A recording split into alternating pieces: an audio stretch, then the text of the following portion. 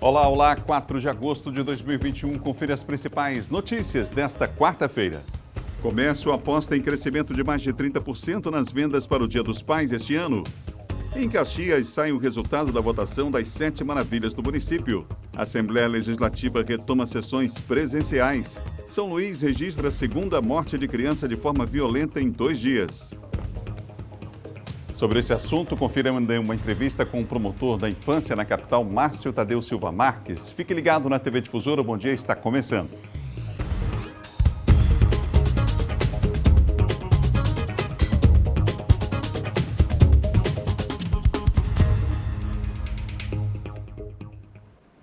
São 7 horas e mais 1 minuto, 7:01. A gente começa o Bom Dia de hoje, mandando um bom dia especial para você que nos acompanha em todo o estado e mostrando ao vivo imagens da capital maranhense. Olha só, Avenida Carlos Cunha, nesse instante, imagens em tempo real. Tá aí, pista da direita no sentido centro, no sentido contrário, pista da esquerda, pista da direita, claro, com movimentação maior. É o volume maior do trânsito no sentido centro da cidade. O sol já está brilhando, temperatura lá em cima, imagens ao vivo de uma das principais avenidas aqui da capital de todos os maranhenses.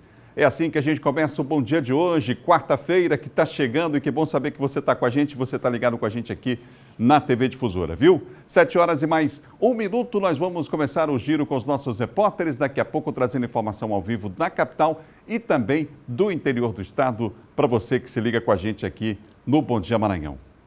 Olha, as vendas relacionadas ao Dia dos Pais devem ter um aumento aí de mais de 30% este ano. Os dados são de uma pesquisa feita aqui na capital maranhense pela Federação do Comércio de Bens, Serviços e Turismo do Estado do Maranhão. Vamos ver? As vendas sazonais do comércio varejista têm pela frente o Dia dos Pais, que soma ao período natalino, Dia das Mães e das Crianças, como uma das mais importantes datas do calendário festivo e, consequentemente, para vendas. O percentual de crescimento é de 31,1%, é o que aponta a Federação do Comércio de Bens, Serviços e Turismo do Estado do Maranhão, a FEComércio, quando o assunto é a intenção de consumo das famílias de São Luís na comparação anual, de acordo com os últimos dados do Índice de Confiança das Famílias, divulgado em julho pela FEComércio. A situação deste ano já é de estabilidade. Em 2020, o comércio ainda estava em adaptação de protocolos sanitários. Em julho de 2020, o Índice de Confiança das Famílias de São Luís marcava 47,8 pontos. Agora já são 62,7 pontos. Se a gente comparar com o mesmo período do ano passado, a gente tem aí um volume muito maior esse ano, um crescimento aí da intenção de consumo de 31%, mas é preciso destacar que no ano passado a gente vivia ali praticamente o ápice ali em julho da pandemia, então é uma base bastante depreciada para a gente fazer comparações. Mesmo assim, é um número positivo, a gente tem um momento aí de recuperação, ainda que lenta e gradativa, mas de recuperação dessa confiança do consumidor e que vai desaguar aí num crescimento do volume de vendas também. O aumento da confiança das famílias ludovicenses no consumo tem a ver com a desaceleração da pandemia após a intensificação da vacina na capital maranhense. Com o fim das restrições impostas ao horário de funcionamento do comércio no pico da pandemia, o fluxo de consumidores voltou a crescer por aqui. Mesmo com a expectativa da data, é importante reforçar a necessidade de cumprir as medidas restritivas. Preciso destacar que os protocolos sanitários com relação ao distanciamento, o uso de máscara, o uso de álcool em gel continuam vigentes. Então, o consumidor que vai às compras é preciso observar esses protocolos e o empresário continuar cobrando o atendimento a esses protocolos do consumidor para que a gente não tenha uma nova onda da doença, para que a gente não tenha que impor novas medidas restritivas à atividade comercial, que seria muito negativo nesse segundo semestre, que a gente já se prepara para as vendas de fim de ano. Em Imperatriz, os lojistas apostam nas promoções para atrair os clientes. No sábado, o horário de atendimento vai ser ampliado. O Dia dos Pais já está estampado nas vitrines. Depois de mais de um ano sob rígidas restrições por causa do novo coronavírus, o setor do comércio volta a respirar mais aliviado e começa a realizar ações para aumentar as vendas. Descontos e promoções são alguns dos atrativos. Com o mundo cada vez mais conectado, o setor de tecnologia é um dos que mais se destacam na data.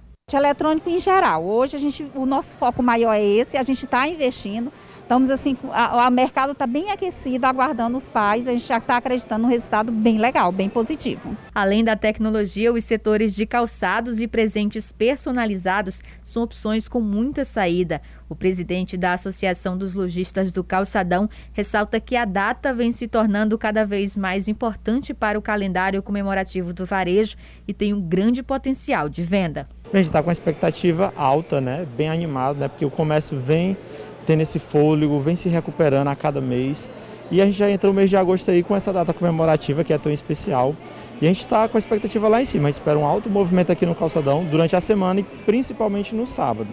Ainda de acordo com o presidente, no sábado o comércio funciona com horário estendido. A maioria vai poder ficar aberta até às 16 horas e quem for afiliado ao Sindicom vai poder ficar até às 18 horas.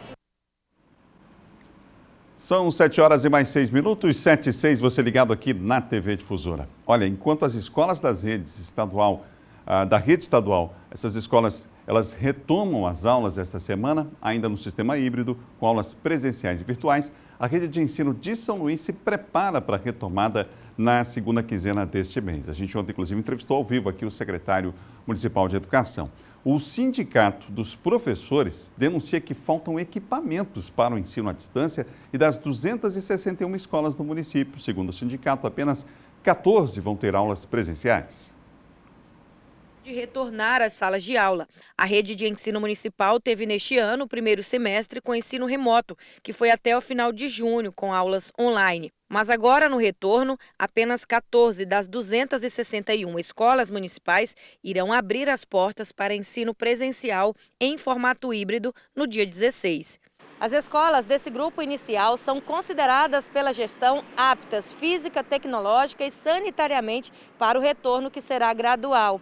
Toda a comunidade escolar será testada à medida que as aulas presenciais forem retornando. O secretário municipal de Educação afirma que ações com segurança sanitária estão sendo aplicadas. As escolas que estão retornando, elas estão retornando já com estrutura recuperada, a escola está conectada, nós já adequamos o perfil de gestão da escola, sanamos a questão de carência de professores, enfim. Então, é uma série de fatores para que as escolas possam voltar nesse momento mais bem preparadas e principalmente prontas para a recepção do aluno, não só na questão pedagógica, mas principalmente sanitária por força da pandemia. Para o Sindicato dos Professores, este é um momento inadequado para a retomada. Num contexto de pandemia, o retorno presencial às escolas precisa ser melhor organizado.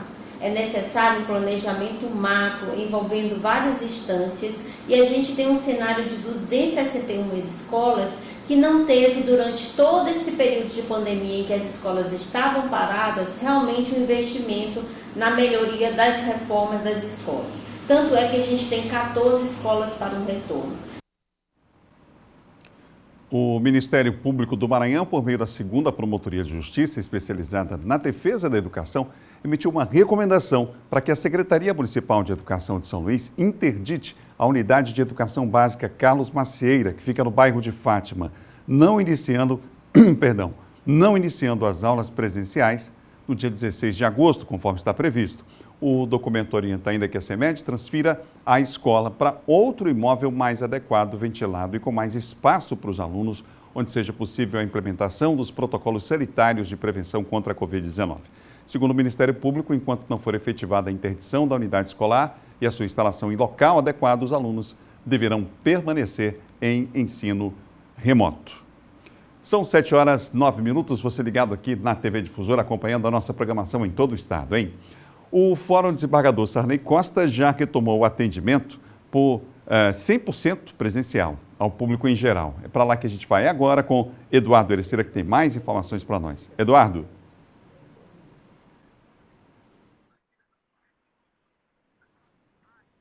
Pois é, Adalberto, muito bom dia a você, bom dia a todos que acompanham o Bom Dia Maranhão. A partir desta semana, voltou o atendimento 100% presencial aqui no Fórum Desembargador Sarney Costa, localizado na capital São Luís, no bairro do Calhau. Esse atendimento que é 100% presencial, de 8 da manhã até as 13 horas, portanto, de 8 da manhã até 1 da tarde, sem a necessidade de agendamento. Permanece também o atendimento virtual, por exemplo, do balcão virtual, funcionando de 8 da manhã até às 15 horas. E aí, no intervalo de tempo maior, presencialmente de 8 às 13.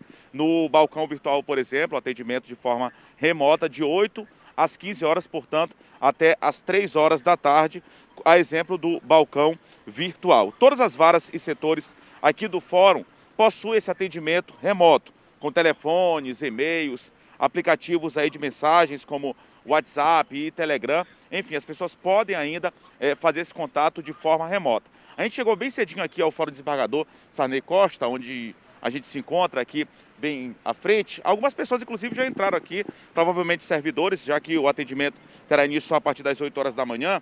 As pessoas, só para informar aqui, em liberdade provisória ou suspensão condicional do processo, que tem a obrigatoriedade de se apresentar ao juízo, periodicamente, aqui no Fórum Desembargador Sarney Costa, retomaram o comparecimento nas unidades judiciais. Podem ser cumpridos pelos oficiais de justiça por meios eletrônicos, WhatsApp, Telegram ou e-mail, os mandados judiciais, desde que comprovado o recebimento e a identidade do destinatário. Caso não possam ser cumpridos por meios remotos, independentemente de serem urgentes ou não, serão cumpridos presencialmente. Em relação às audiências, estão autorizadas na forma presencial, sempre que não puderem ocorrer na modalidade virtual. Os plantões civil e criminal da comarca da Ilha de São Luís, que funcionam aqui no Fórum Desembargador Sarney Costa, começam a partir das 15 horas e 1 minuto, logo após o término do expediente regular do Fórum. A gente lembra que pela portaria que foi baixada pela direção aqui do Fórum Desembargador Sarney Costa, os protocolos sanitários ainda precisam ser obedecidos, ou seja, qualquer pessoa para ter acesso aqui ao Fórum Desembargador Sarney Costa precisa estar usando máscara e aí a segurança aqui do fórum foi orientada aquelas pessoas que tiverem algum sintoma, como corizes ou espirrando, algum sintoma aí de alguma síndrome gripal, também não podem entrar, não podem ter acesso ao fórum. Essa orientação já foi repassada, bem como a portaria estabelece que toda pessoa que tiver acesso ao prédio esteja utilizando máscaras. Portanto, teve esse retorno presencial de 100% aí, o atendimento virtual permanece, mas é seguindo ainda rigorosamente os protocolos sanitários. Ainda a gente permanece em meio à pandemia, então deve seguir os protocolos sanitários aí de combate à pandemia do coronavírus. A gente volta com você, Adalberto, desejando uma ótima quarta-feira a todos. Boa quarta-feira para todos nós, Eduardo. São 7 horas mais 13 minutos, 7h13. Vem aqui comigo, ó. A gente vai acompanhar agora os dados do último boletim epidemiológico da Secretaria de Estado da Saúde. São números oficiais, gente, da pandemia. Na tela para você. 337.999, o número de casos confirmados. Os casos recuperados, 292.767. Aqui a gente tem o número de casos ativos, 35.568. O número de óbitos, lamentavelmente, 9.664. Nas últimas 24 horas, há o registro dos novos casos. Em São Luís, 60, 40 em Imperatriz e 542 casos nas demais regiões. São números oficiais, eu repito, desse último boletim epidemiológico divulgado pela Secretaria de Estado da Saúde. São 7 horas e mais 13 minutos, 7h13, você ligado aqui no Bom Dia Maranhão, acompanhando com a gente o número relacionado aí ao último boletim divulgado pela Secretaria de Estado da Saúde. Agora a gente tem na tela o vacinômetro, vamos acompanhar como é que está a vacinação em todo o estado. Ultrapassamos, gente, a casa de 4 milhões de doses aplicadas. 4.017.388. São Luís com 934.714 doses aplicadas na capital. Dados do estado e da capital, números oficiais para você acompanhar do vacinômetro para ver como é que está a vacinação aqui no nosso estado. A gente vai atualizando diariamente para você.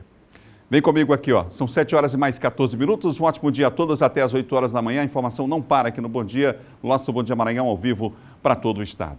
Você que está nos assistindo agora, me responda uma coisa. Alguma vez você já passou por uma situação de urgência na madrugada ou feriados e aí precisou de atendimento médico? Ou então foi uma consulta e saiu de lá ainda com dúvidas? Para casos como esses, a VitalMed pode te ajudar. Com uma equipe de médicos e outros profissionais disponíveis 24 horas por telefone, hein? Atendendo você em qualquer necessidade com todo o apoio necessário. E nesse momento de pandemia, permaneça na segurança da sua casa, que a VitalMed vai até você seguindo sempre todas as medidas de proteção. Além de cuidados, adquira ainda descontos em medicamentos e consultas, tudo de forma ilimitada e sem nenhum custo adicional. Para se associar é simples, basta ligar para 98 40 20 32 15. 98 40 20 32 15. Você pode ter tudo isso, você pode ter Vital Med. São 7 horas e 15 minutos, a gente vai agora para o intervalo. No próximo bloco tem as notícias de segurança com destaque para repressão ao narcotráfico, com uma operação que prendeu 17 pessoas em São Luís. É isso mesmo. Você vai conferir também uma entrevista com o promotor da infância aqui na capital sobre a morte de 2 crianças de forma violenta em São Luís essa semana. 2 dias seguidos e 2 mortes. A gente fala sobre esse assunto daqui a pouco, depois do intervalo. Temos imagens ao vivo de Caxias, Mirante da Balaiada, escolhido aí como uma das 7 maravilhas de Caxias, imagens em tempo real, bela imagem aí para a gente se inspirar nessa quarta-feira. Voltamos já já, hein?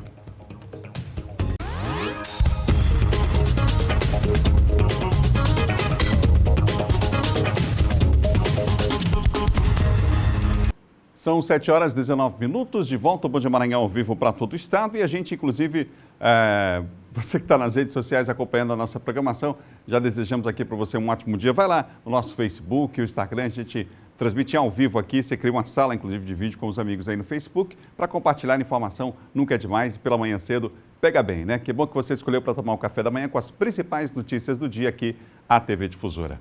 É hora de falar de segurança aqui no Bom Dia.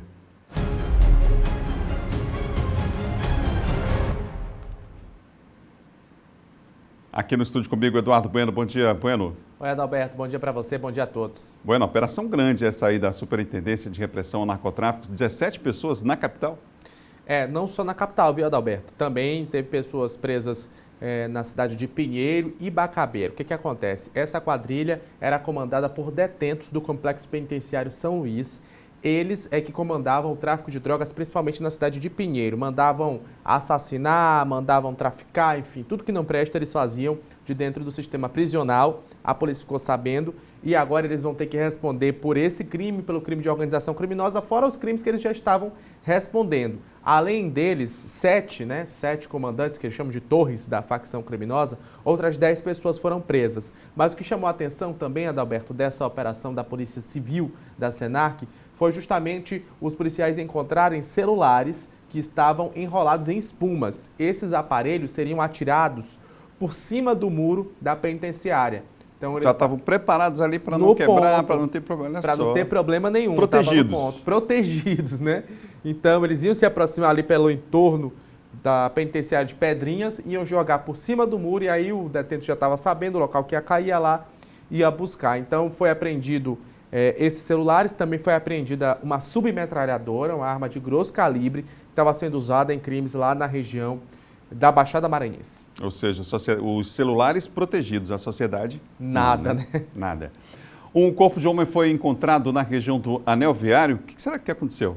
Pois é, Adalberto, o José Wellison, esse é o nome dele, supostamente teria praticado um assalto na região ali central, saiu correndo para dentro do mangue aqui do Anel Viário e aí teria passado mal e morrido, teria tido um ataque do coração, enfim, tinha passado mal por conta aí dessa adrenalina de ter praticado o crime. Mas isso daí ainda cabe de investigação, né? Porque precisa do laudo do Instituto de Criminalística, aliás, do laudo do Instituto Médico Legal, do IML, para constatar qual foi a causa da morte. Mas a polícia suspeita, então, de que ele tinha praticado um assalto, saiu correndo para se esconder lá no mangue ali da região do Aterro do Bacanga e acabou morrendo.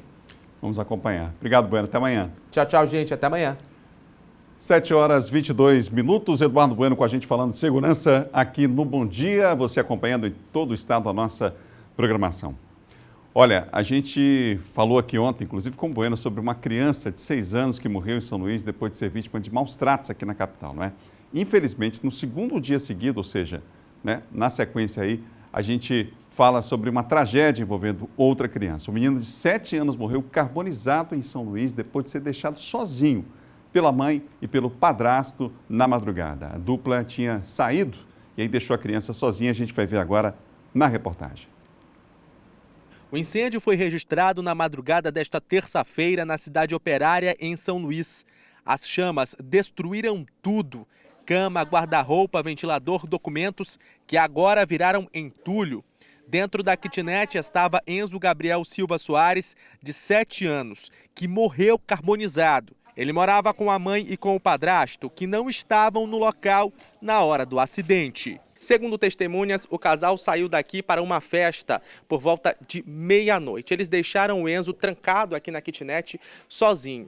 Lá para as 2 horas da manhã, os vizinhos começaram a sentir o cheiro da fumaça e o calor vindo das chamas. Eles vieram aqui pelo lado de fora e com baldes de água conseguiram apagar o fogo. Quando arrombaram a porta, já encontraram um menino morto dentro do imóvel. Gisele mora na casa ao lado, no condomínio, onde também vivem outras 7 famílias. Ela conta que era comum a criança ficar sozinha quando os responsáveis saíam para beber. Já vou fazer 2 meses aqui morando na kitnet, entendeu? E sempre eles fizeram isso. Durante o dia, às vezes, ela dizia, nega, olha o Enzo pra mim. Eu olhava, entendeu? Mas durante a noite, eles sempre faziam isso. Iam para ali pro chopp gelado e voltavam, às vezes, 5 horas, 4 horas da manhã já. Mãe e padrasto foram levados para a delegacia da Cidade Operária, onde prestaram depoimentos contraditórios. E por isso, os dois foram autuados em flagrante por abandono de incapaz que resultou em morte. Se condenados, as penas podem chegar a 12 anos de prisão. Perante a autoridade policial plantonista, apresentaram versões meio distoantes. Enquanto a mãe informou que o casal tinha ido para um reggae e que ela teria deixado a criança sob os cuidados de uma vizinha, o padrasto disse que ambos haviam ido comprar cigarro na feira e acabaram por lá ficando, mas o mais importante é que, segundo o padrasto, a criança teria ficado sozinha dentro da residência. O lugar segue isolado até que a perícia seja concluída. A Defesa Civil também deve fazer uma inspeção para saber se a estrutura vizinha foi comprometida. 2 casos de mortes de crianças em 2 dias seguidos. E a gente vai falar sobre o assunto com o promotor de justiça, Márcio, titular da primeira Promotoria de Justiça de Infância e Juventude de São Luís, que está com a gente participando aqui do Bom Dia Maranhão. Vamos falar sobre esse assunto, os casos chamam a atenção.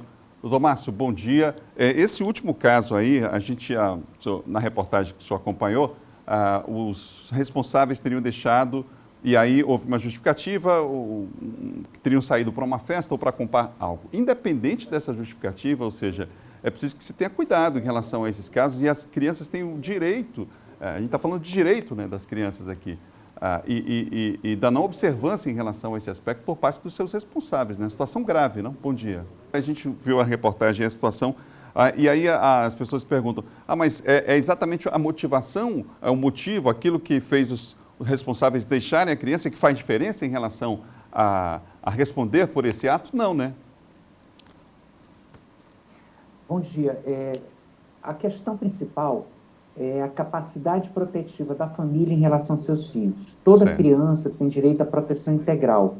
Isso quer dizer que essas crianças podem exigir, faz parte do nosso projeto de nação, no artigo 227 da Constituição, a proteção integral. Então, é dever dos pais cuidar dos filhos, né? Então, no momento em que uma criança com deficiência, que é hipervulnerável, é deixada sozinha em casa, sem atenção, sendo passível de acontecer uma tragédia com o que aconteceu, se demonstra uma falta de capacidade protetiva. O casal, né, tem outro filho, e em relação a esse outro filho, a promotoria já solicitou ao Conselho Tutelar que identificasse se existe a situação de risco para que essa aparente falta de capacidade protetiva dessa mãe, desse padrasto, não possa gerar uma nova situação tão trágica quanto essa, né, do menino que foi queimado. O que pode acontecer com pessoas que agem dessa forma, ou seja, aquilo que o senhor falou, né, dos pais, daqueles que têm o dever de proteger, mas que não fazem?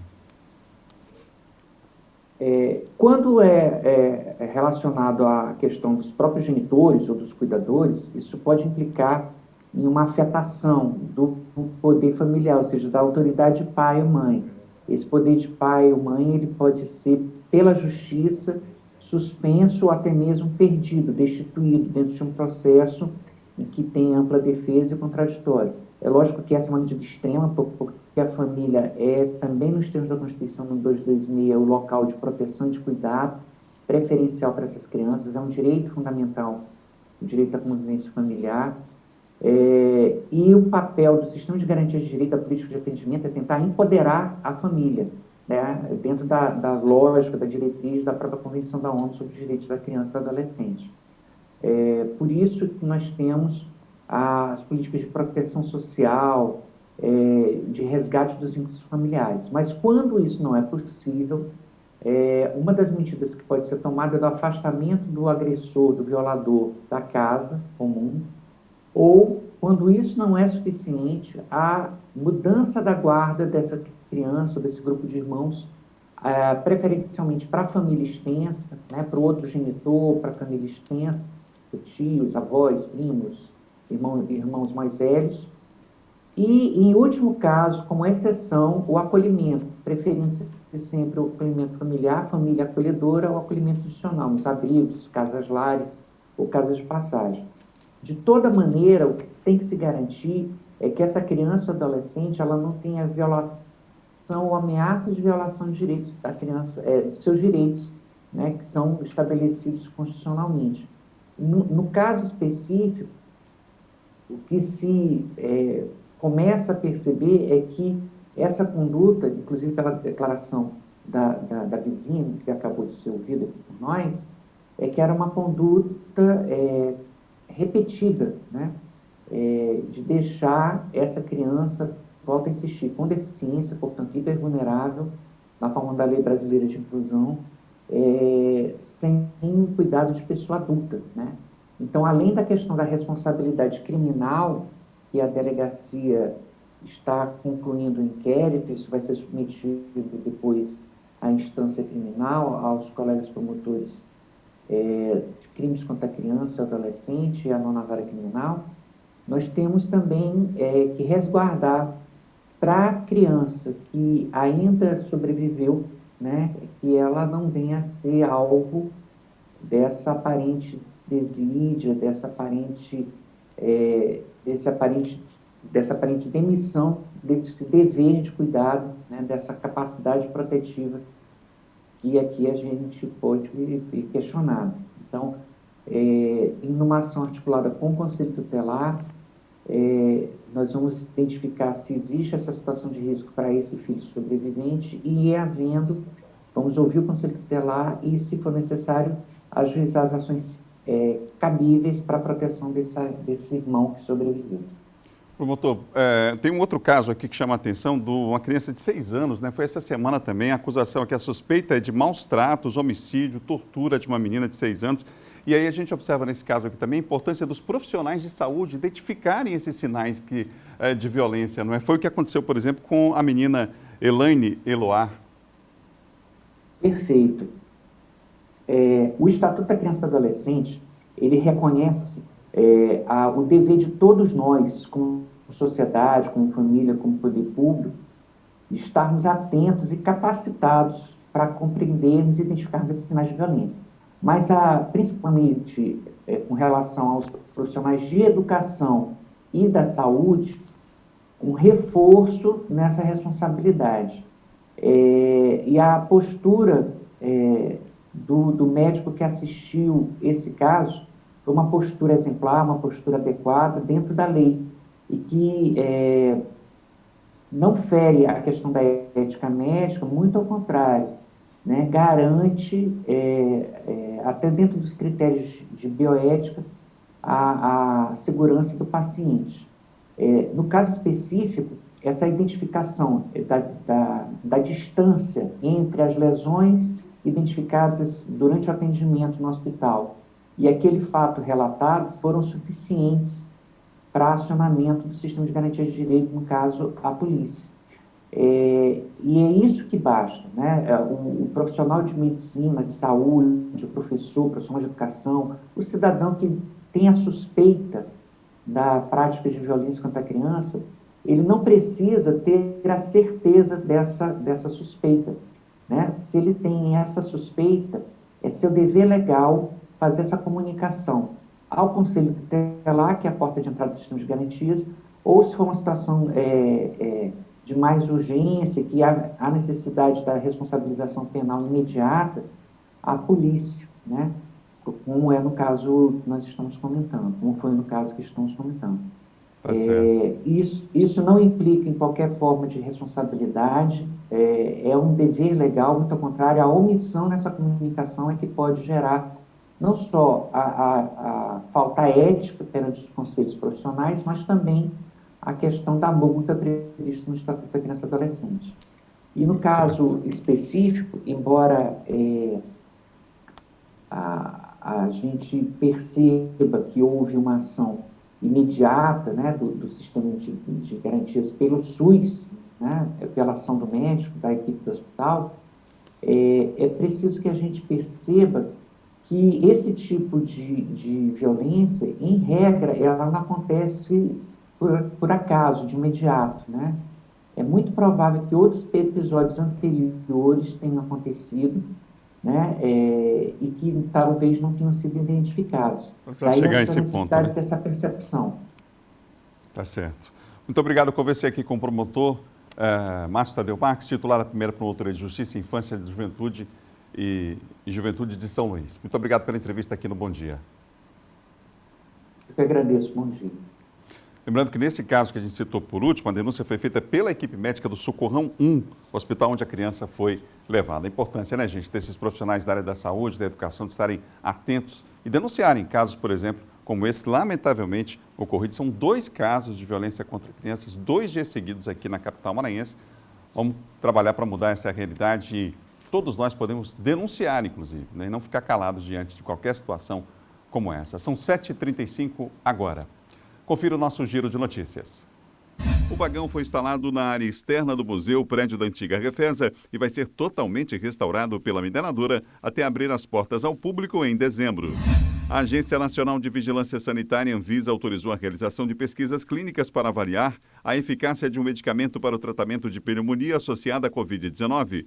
O estudo será conduzido pelo Hospital Albert Einstein. O procedimento aprovado será da chamada fase 3, voltada para avaliar a eficácia e segurança de pacientes com pneumonia, mas que não estão com suporte de ventilação mecânica ou que foram entubados. Os testes usarão um método chamado duplo cego, controlado com placebo, em que uma parte dos voluntários receberá um medicamento e a outra não, para comparar os resultados de cada um dos grupos.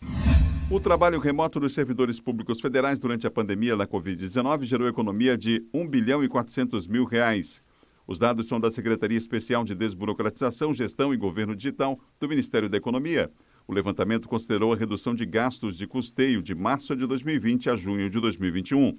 Ao todo foram analisados 5 tipos de despesas: diárias, passagens de locomoção, energia elétrica, água e esgoto e cópias e reprodução de documentos. De acordo com o Ministério da Economia, cerca de 190 mil servidores públicos federais continuam trabalhando de forma remota, o equivalente a 32% do total.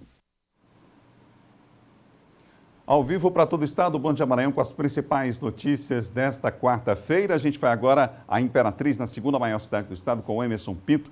Vai falar para a gente sobre uma situação aí em Davinópolis. A noite foi complicada por lá, a operação já acontecendo agora de manhã também da polícia. Vários homens foram identificados aí nas ruas atirando, enfim. O que aconteceu por lá, Emerson? Bom dia.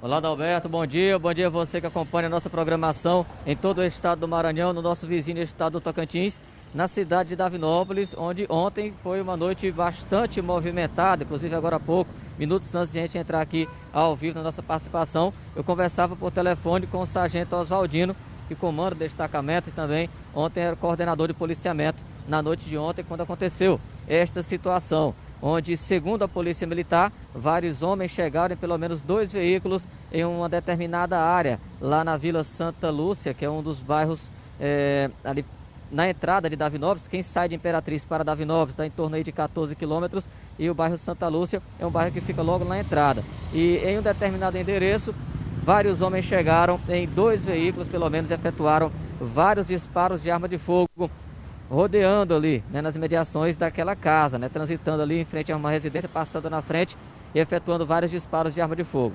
Isso chamou a atenção da população, a PM foi acionada. Os policiais, quando chegaram ao local, não encontraram mais né, os veículos, nem os homens que estavam ali efetuando os disparos, mas conversando com alguns moradores, acabaram sendo informados de que isso realmente aconteceu. A polícia disse que naquela área onde teve esse ocorrido é uma área onde há uma movimentação de pessoas ligadas ao tráfico de drogas, tanto traficantes quanto também usuários. E acredita que isso pode ter sido um aviso aí de uma facção para outra, já que é comum naquela área, segundo a polícia, conflitos entre facções criminosas. A polícia passou a apurar, a própria polícia militar, e caiu em campo, montou uma operação na hora, fazendo abordagens em vários veículos dentro da cidade, na zona urbana, e também já na saída, aqui entre Imperatriz e Davinópolis. A polícia começou a fazer abordagens a vários veículos na tentativa de evitar que isso voltasse a acontecer,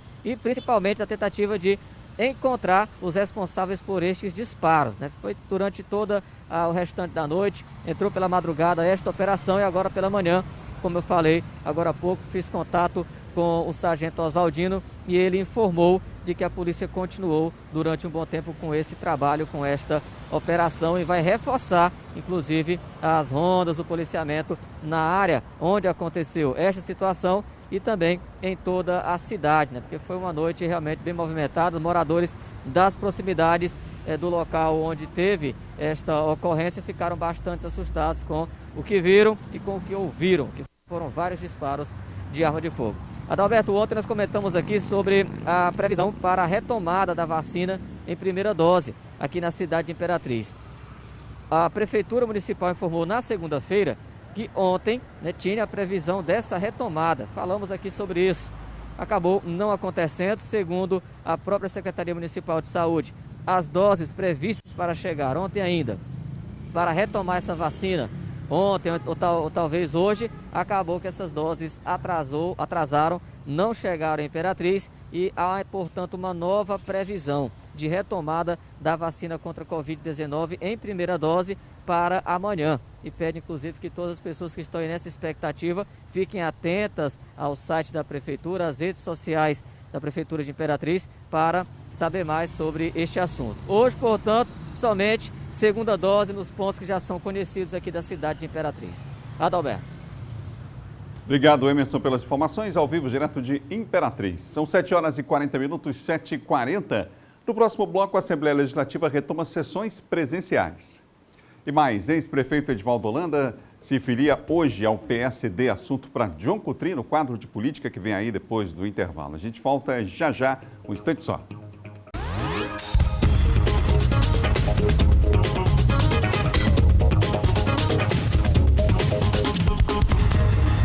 São 7h43, de volta ao Bom Dia Maranhão ao vivo para todo o estado. A gente vai agora à Difusora Leste com a Raquel Souza, que tem o destaque do dia, o destaque dessa quarta-feira. Ela está inclusive ao vivo aí em uma das maravilhas da cidade de Caxias, que é exatamente aí o Memorial da Balaiada. Raquel, bom dia.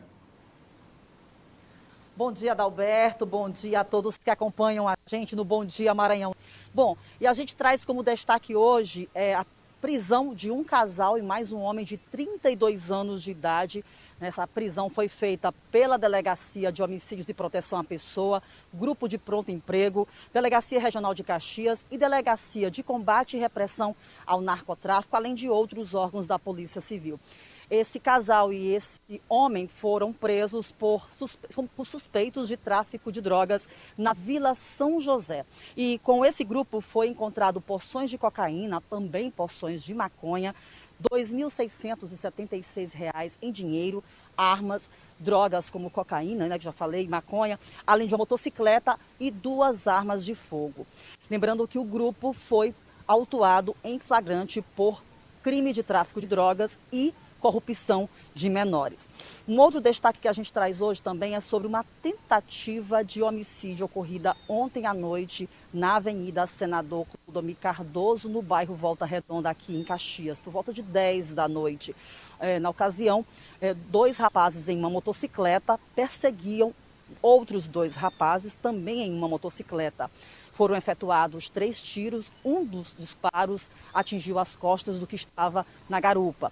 E no caso, o condutor né, que estava conduzindo o rapaz atingido, parou a motocicleta ao lado de uma pizzaria. Olha só o perigo, então, desses disparos também atingirem mais os frequentadores do local. Então, o rapaz ficou lá, recebeu atendimento, né, o que foi atingido recebeu atendimento da equipe do SAMU.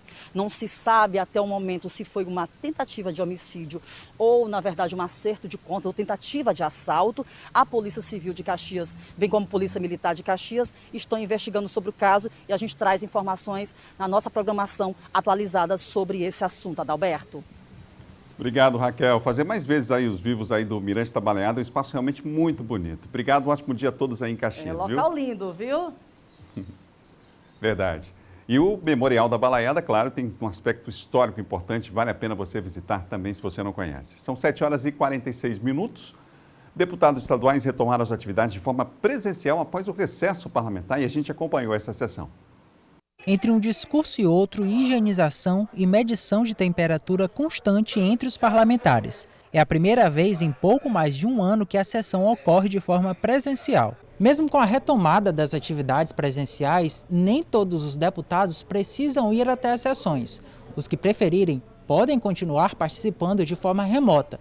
A expectativa é que até setembro as atividades presenciais sejam totalmente retomadas. Ficamos felizes em podermos começar a voltar à normalidade.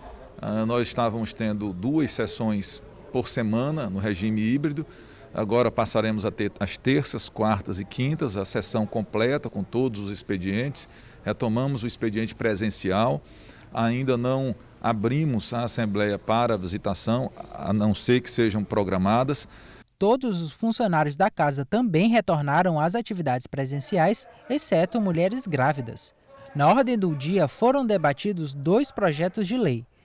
O primeiro facilita o financiamento de placas de energia solar por servidores públicos, militares e pensionistas do Estado.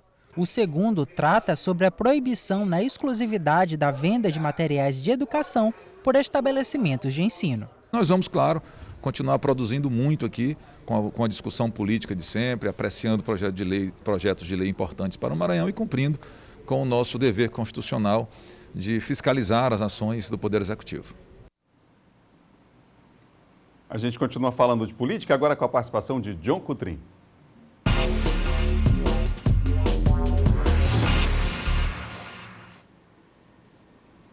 Bom dia, John. Bom dia, Adalberto. Bom dia a todos. Ô, João, o presidente Jair Bolsonaro voltou a atacar o governador Flávio Dino e governadores? Ontem ele se referia, né, a alguns governadores sobre a questão da pandemia, né, vacinação, inclusive falando do Maranhão que está retendo vacinas, né, está distribuindo, o governo do Maranhão querendo aí lucrar em cima das vacinas, segundo o presidente Bolsonaro. E aí, mais uma vez, ele criticou o governador Flávio Dino no aspecto, né, do que diz ao Estado do Maranhão a pobreza. Né? Ele disse que quanto mais pobre o Estado, mais, segundo ele, né, mais gordo é o governador. Ou seja, mais uma vez, voltando, rememorando aquilo que ele já disse aqui quando esteve no Maranhão, né, se referindo ao governador Flávio Dino. O governador do Maranhão, por sua vez, Adalberto, respondeu ontem, já no início da noite, né, disse que o presidente está querendo ser o personal trainer dele, né, ele disse que não, que o presidente tem que procurar trabalhar, né, isso que precisa. E ficou essa polêmica, mais uma vez, esse bate-boca aí, né, do presidente Jair Bolsonaro. O certo é que o governador Flávio Dino, ontem, não sei se o presidente Bolsonaro encarou isso como provocação ou não, ontem o governador Flávio Dino enviou um ofício, né, ao Ministério da Infraestrutura, ao ministro Tarcísio Freitas, se disponibilizando o Maranhão, oferecendo ajuda do governo do Maranhão para recuperar, né, as BRs, as rodovias federais. Então talvez isso tenha sido encarado pelo presidente Jair Bolsonaro com uma certa provocação, mas o certo é que sim, né, as rodovias federais do Maranhão precisam sim, algumas delas de recuperação, algumas delas estão deterioradas. É verdade, tem razão. O ex-prefeito Edivaldo Holanda se filia hoje ao PSD? Essa filiação, Adalberto... PSD de dado. Não confundir PSB com o governador Flávio Dino, né? É o PSD de dado do presidente nacional Gilberto Kassab. Esse ato, né, essa filiação ocorre lá em Brasília, Adalberto, ao meio-dia, né? O Gilberto Kassab, presidente nacional do partido, vai filiar o ex-prefeito Edivaldo Holanda Júnior e já deve lá o Kassab anunciar a pré-candidatura do Edivaldo ao governo do Maranhão. Então, depois dessa filiação, o deputado federal Edilásio, que é o presidente do PSD do Maranhão, já deve percorrer... Que aparece na foto. Exatamente, já deve percorrer ao lado do Edivaldo começar a visitar os municípios maranhenses, né, para fortalecer o nome do ex-prefeito aqui no estado, fortalecendo também sua candidatura. Obrigado, João. Até amanhã. Até amanhã.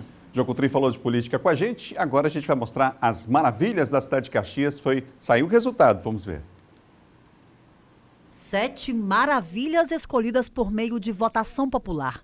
Uma iniciativa da Prefeitura de Caxias por meio da Secretaria de Cultura em parceria com uma empresa de turismo. Será amplamente divulgado através dos nossos guias turísticos de bolso, que serão distribuídos na cidade e também em outras cidades. A gente ficou até surpreso pela quantidade de internautas que votaram, os países votando. Então assim, a gente só tem a agradecer.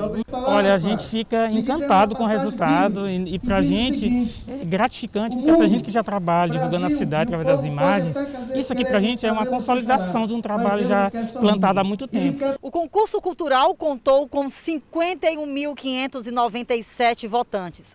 A finalidade foi eleger bens culturais da cidade de acordo com seus próprios habitantes. E olhe que o concurso contou com a participação de pessoas até de outros países. Mas vamos lá saber o resultado e conhecer essas 7 maravilhas? Como patrimônio arquitetônico, foi eleito o Centro de Cultura Acadêmico José Sarney. Bens naturais e hídricos, foi escolhido o Complexo Turístico da Veneza. Igreja Histórica, Igreja de São Benedito, Praça da Cidade, Complexo Turístico e Cultural Mirante da Balaiada. Como bem gastronômico foi o Pirão de Parida. Rua ou avenida foi eleita a Avenida Senador Alexandre Costa. E entre as tradições e costumes de Caxias, foi eleito o Natal Iluminado. Foi uma iniciativa importante da Secretaria de Cultura de Caxias que ajuda a divulgar o que a cidade tem de melhor. Inclusive fomentar o turismo lá em Caxias, que é uma cidade histórica e com muitas maravilhas.